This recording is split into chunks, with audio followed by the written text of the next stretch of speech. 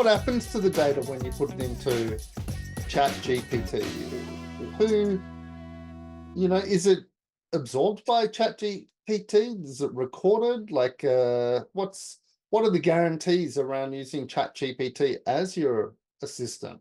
And it sounds like more than an assistant. It sounds like a senior researcher.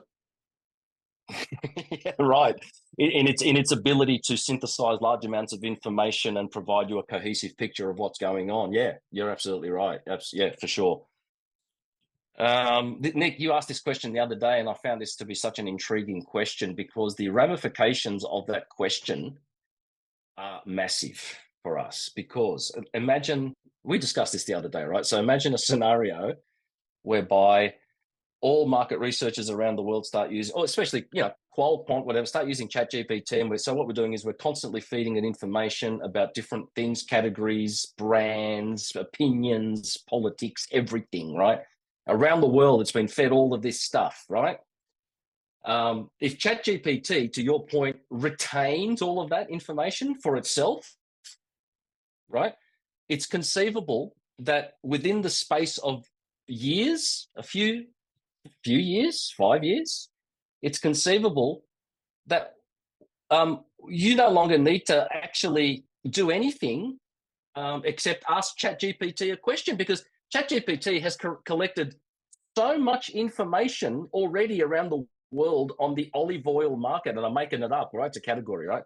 It's already collected so much information around the world from consumers and market researchers feeding all their consumer data into ChatGPT on everything. So it already knows that much about the olive oil market that all I need to do now is just ask ChatGPT to give me some insights about specific parts of the olive oil market.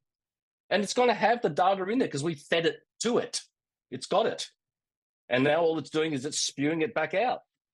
Right? Yeah, in the past, Rigas, we would have to sign all of these non-disclosure agreements with our clients around the data. I have a huge personal archive of video recordings of ethnographic sessions, filmed immersions. We are talking thousands and thousands of interviews, which I have on hard drives, which are not on non-disclosure agreements. So I'm not allowed to disclose any of that data to anybody else apart from the client that we worked on the project for.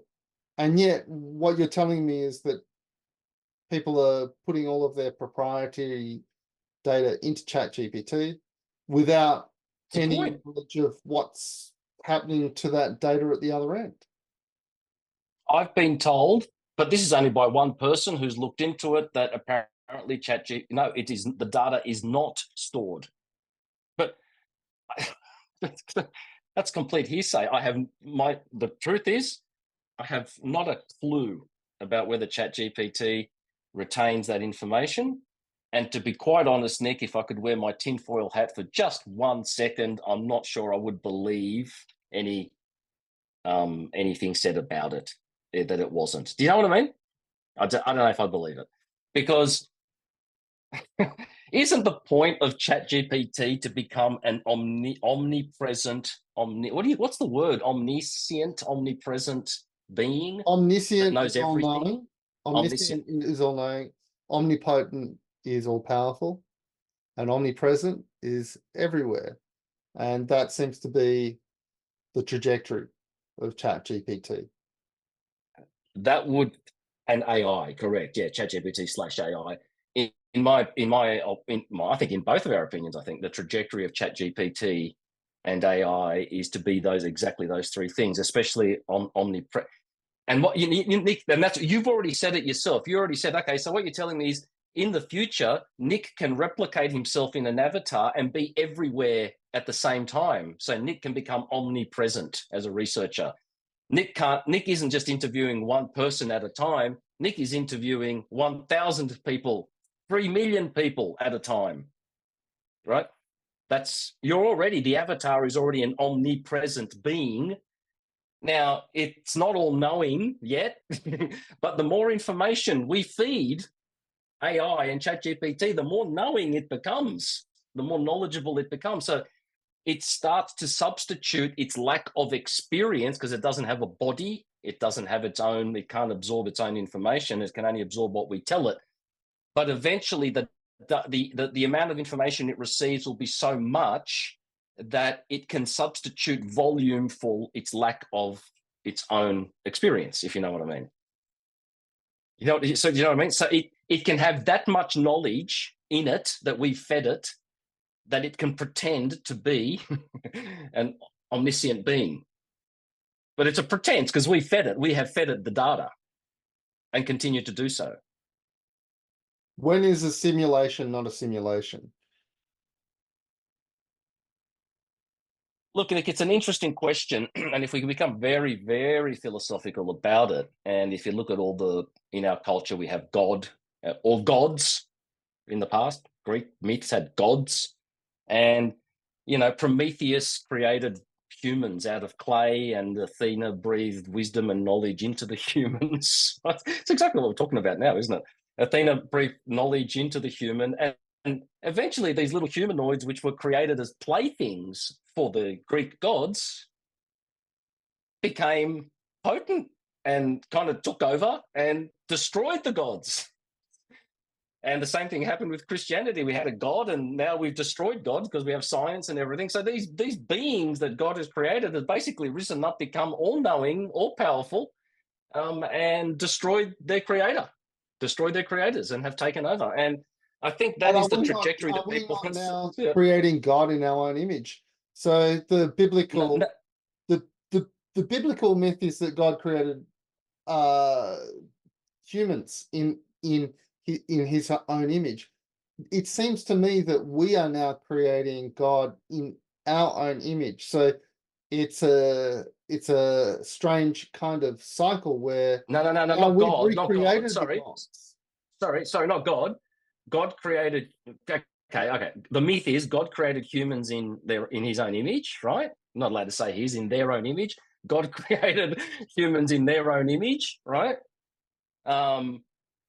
And humans are creating their own. Humans then killed those gods, and we have now become gods, right?